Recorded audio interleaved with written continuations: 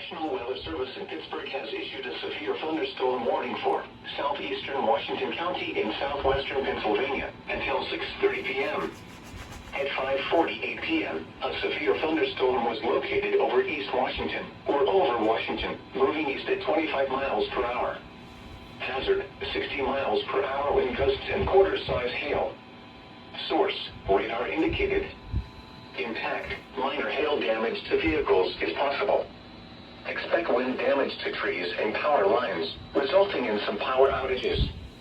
Locations impacted include Washington, California, Monongahela, Rosedale, McGovern, Bentleyville, East Washington, Wickerham Manor Fisher, Baylen, North Charleroi, Ellsworth, and Easton.